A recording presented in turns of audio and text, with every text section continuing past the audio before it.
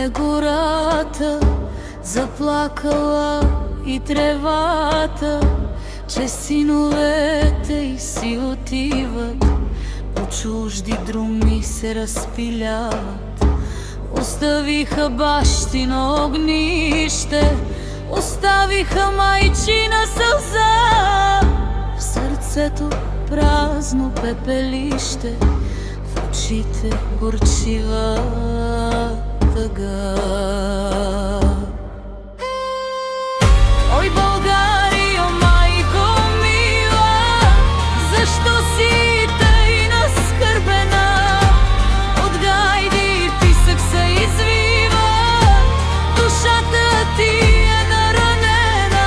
Земьо свята, земьо стара, кога ще спре таз тежка гара?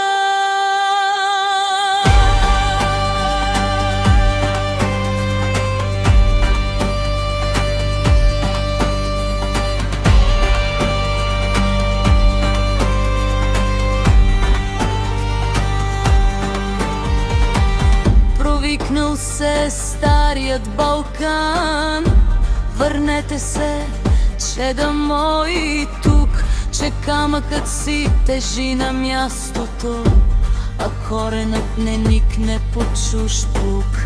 Но вятърът само отговаря с тон на кавала в нощта, и тихата изповед се затваря в скута народната пръст.